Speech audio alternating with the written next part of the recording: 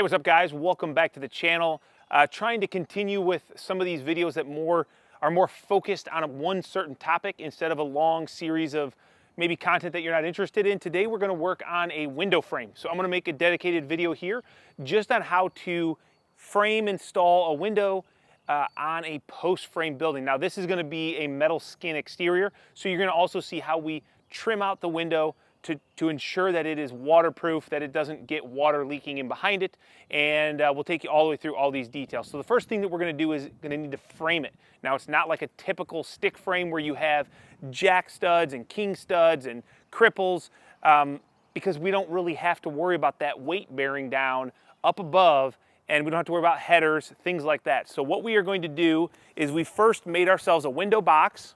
Okay, this is cut to the rough opening of our window, which for us, we're using a 4 foot wide by 3 foot tall rough opening size window. It's actually about a ½ inch smaller than that, and that's going to give you your gap around the perimeter. So what we need to do is, you can see down here down the wall, I've already got some windows installed, the frames, and I've got a nail set here at the height of my window header. We always start at the header. It just seems to be the easiest for us. And we're going to install this header up on the wall. And I know, I just said we don't need headers. I call it a header just because it's up here at the top, but it's really not giving us much structural strength. It's just gonna help us hang this window in the middle of this bay where there is no framing already at. This is where the plate level does come in real handy, this new digital plate level, especially when I'm by myself, because I can just set it on here, and it can be hard sometimes to read a bubble that's over here in the middle when you're screwing this thing off. So I've already got my height designated with my nail over there, and now we're just going to go ahead and turn the sound on. Check it out.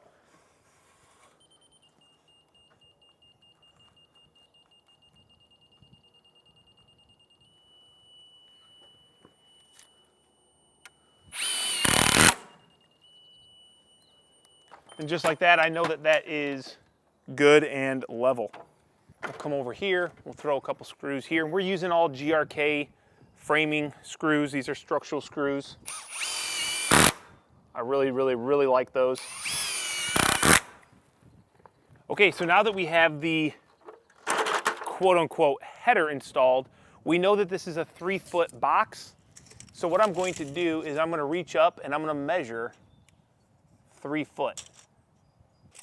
I'm going to do that on both sides. And I don't have to worry about pulling my level out for this because I just leveled that top board. So if I measure down 3 foot, it should be level. And this is also a little bit cumbersome because this is up so high back here, so I apologize for that. It's not probably as good of a shot. We also want to always check our crown on our boards so that we are installing them crown up. Okay, now we're just going to go ahead and put this right on those marks.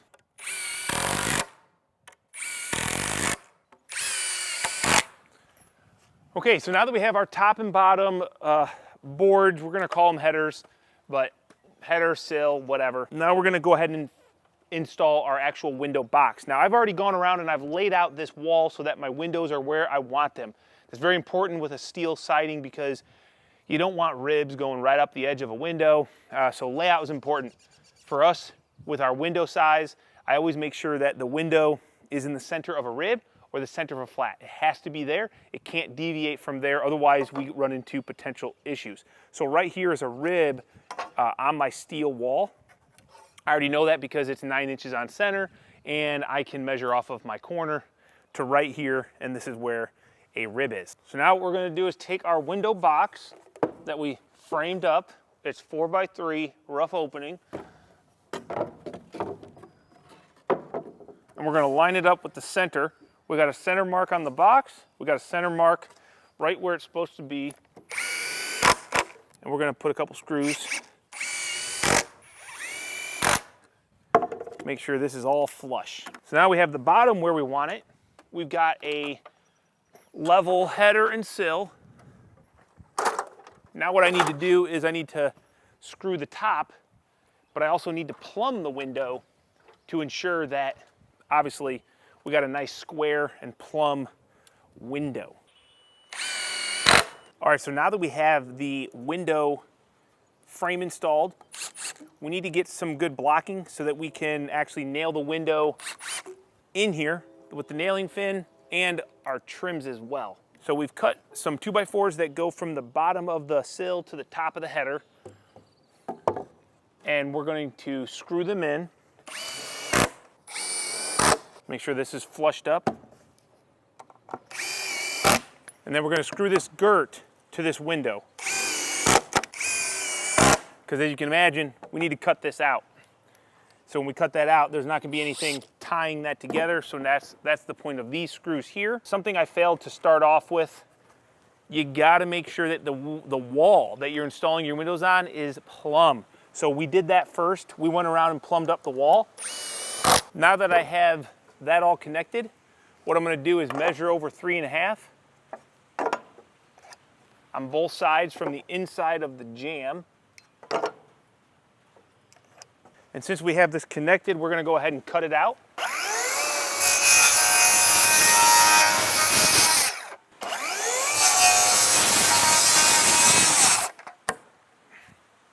Because we're going to get rained out here, this is what I'm going to do. I'm going to show you guys. We're taking these other boards that are cut down to the size of the window, which is 3 foot. And these are going to get screwed in on both sides. I'm putting a screw top, screw bottom, going into the window, it's the window frame. And then I match one into that backer board, top and bottom. And then I'm also, depending on the size of the window, with a 3x4, we throw one in the middle and right here next to the girt. And I'm gonna do that on both sides. And then that will finish up the window frame. So next, hopefully this rain stops and I can show you guys installing the window. So now that we have all those windows framed, we're gonna go ahead and house wrap the building just like we would any other project. So house wrap is important. I think even if you're just building a post frame, you're using a metal skin, you wanna protect your building from having air moving through the wall cavity, and that's what this house wrap is mainly for. But also you're gonna get that second layer of protection in case moisture does get behind your metal. So we run the house wrap, we cut out all of our window openings, and what we do is we fold our house wrap in on the bottom and the two sides, and then we're gonna leave the top loose for now, and I'll show you what we do with that once we get the window installed. All right, so now that we have our house wrap, this is that flap that we did not staple back like these. We're gonna leave this up here and out of the way, and the reason is we wanna go ahead and run a nice bead of sealant. So this is Lexel.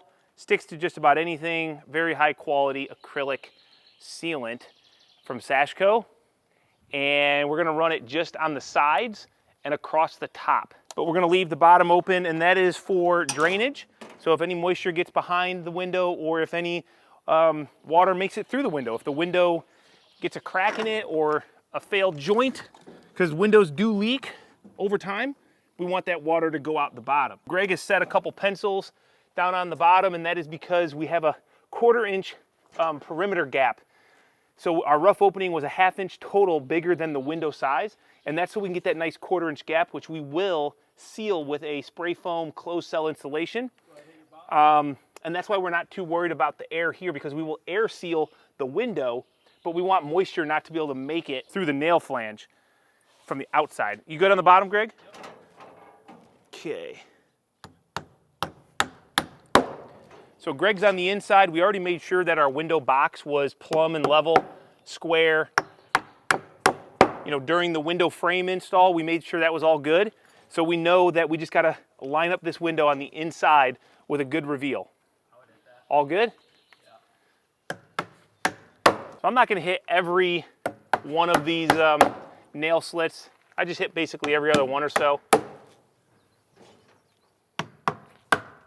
So I'm gonna go ahead and do that, and then I'll show you the next step. Now, this flap that we had left out here, what we're gonna do here now is we're gonna lap it over our top nailing fin, and now I'm gonna staple it to that top header. And then we're gonna cut it off.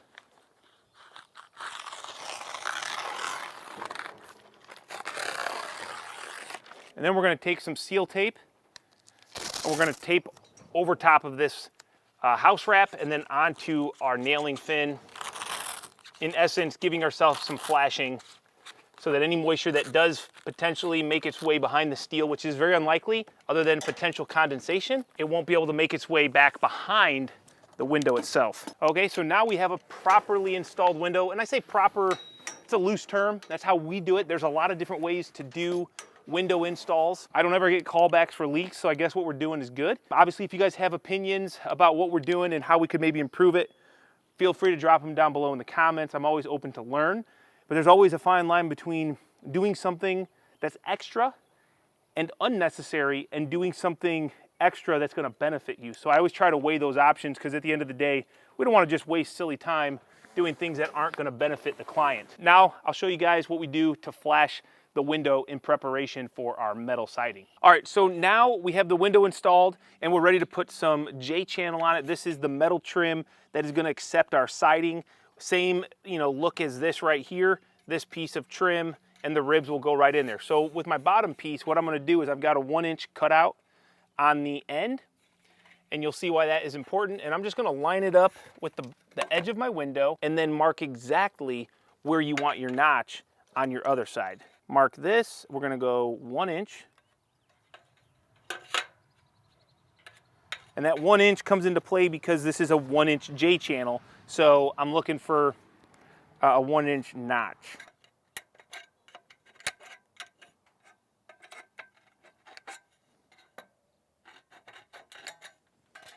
Now with the metal trim, what you can do is cut both sides, get a nice tight bend. And this is a trim metal, which is a little bit softer, so it's made to bend like this and not break as easy. So, but it still works. You can still do it, you just gotta bend it repetitively. This is an important step. We're gonna use some Lexcel. We're gonna go ahead and run a nice bead. And this is what we're gonna set our trim into. Now, this trim has just a slight bend on it. So it's actually, when I put it in here, the back is higher than the front. And what that's gonna do is any water that comes down here, first off, if it does drive back there, it's gonna hit that sealant that we've got there. So it's not gonna be able to work its way down in, and it's gonna be a minor amount anyway. This right here is sloped down, so that's important, so water will run out this channel. My side J channels, I got my measurement, so I'm gonna mark 36 1/4.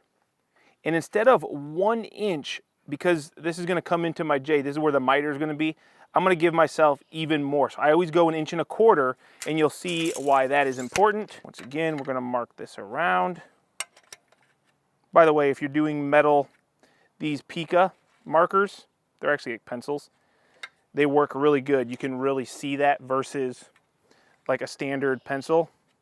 It's just not as bright. I actually like to make the cut this way. It's a little bit cleaner.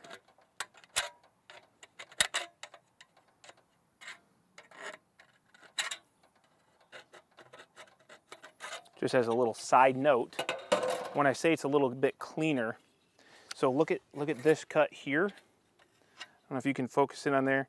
It's a smooth cut. It's smooth. Now if I go ahead and make the same cut, okay, now look at it. You see it? It has the serrations. It's a little bit dirtier. It's still a straight cut, but that's all because of the way the snip is, and you're gonna get a much cleaner cut. Look at the differences here to here. Anyway, all right, so with this here, what we're going to do, we don't want to cut this entire thing out. So I'm going to snip up to my line, both sides. Then we're going to make a little V notch, like so, on both sides. I'm going to bend this up to a 90, and that's it. We're not going to remove it like we did that other piece of trim. And once again, we're going to flip our snips over, and we're not going to go straight from the point. We're going to come off, and we're going to take it right up there. So nice, clean cut. Same sort of thing. I hope I have enough sealant in here to finish this. We don't want to skimp out on the sealant. Looks like we're going to be good, okay? And we're going to shoot it in here. So once again, forcing any water that comes in here is going to work its way down and come out over this trim. But this is the important thing too, okay? So we've got this piece of trim and it's sticking out. Well, here on this other piece, this is going to come in here like so, creating our miter. If you look, you can see the hem, right? And that hem is slightly open.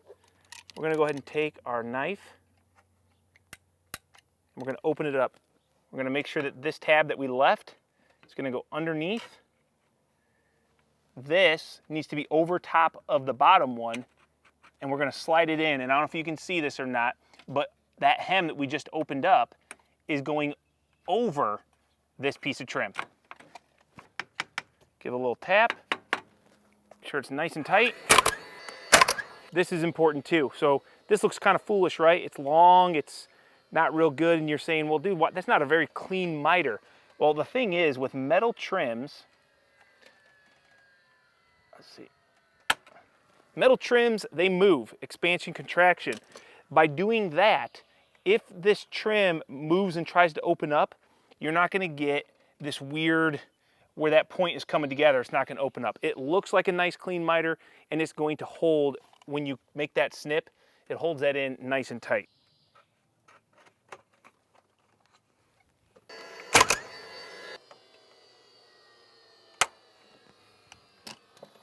All right, guys, so now we have our side trims, our bottom trims, but we still have this top trim, and honestly, it's the most important trim and detail, I think, for keeping this window dry and not getting water into your building.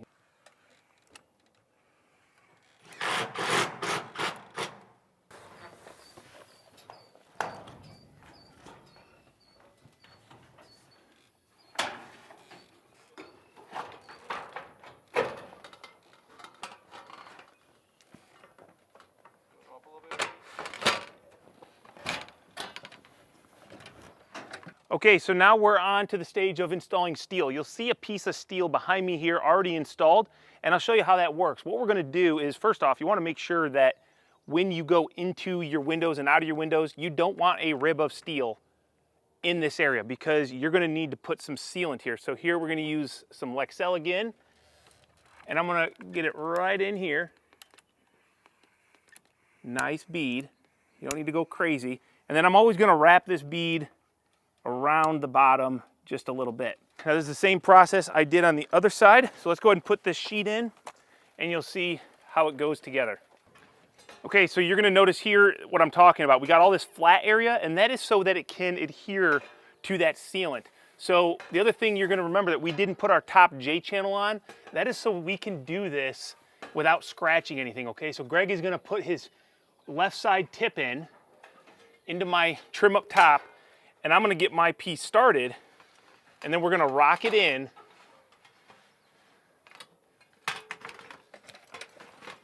Like so. Okay, now that's it may look easy, sometimes it can be difficult, but it's really not too bad.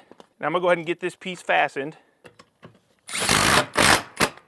What you'll notice is that this now is gonna be forced into that sealant. When we screw this next piece of steel on, it's gonna lock it in nice and tight.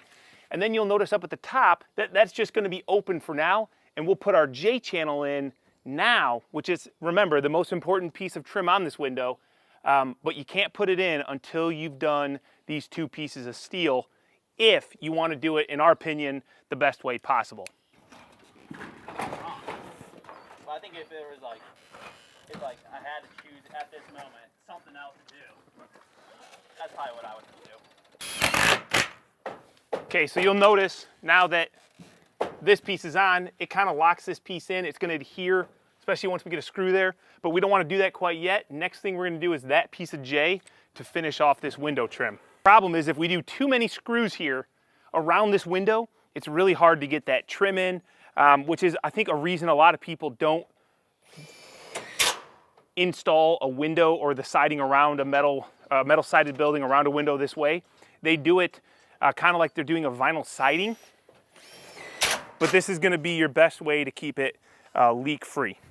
All right, so this top piece of J channel, I actually, you know what, Greg? Put a screw in that. No, yeah, just throw a screw right here, right there. Yep, yeah, right there.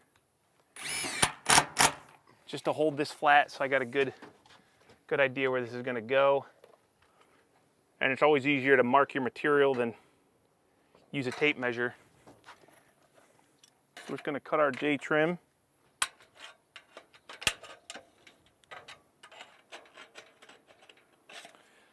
Okay, now, little tip. When doing this, the one thing you're going to want to do is, it's really hard to get these in with these corners like so. So what we're going to do is we're just going to take our snips and we're going to round over the one side. Try not to have any points. Okay, now we can go ahead and get this guy out of here. And what we're going to do is we're just going to slide this in.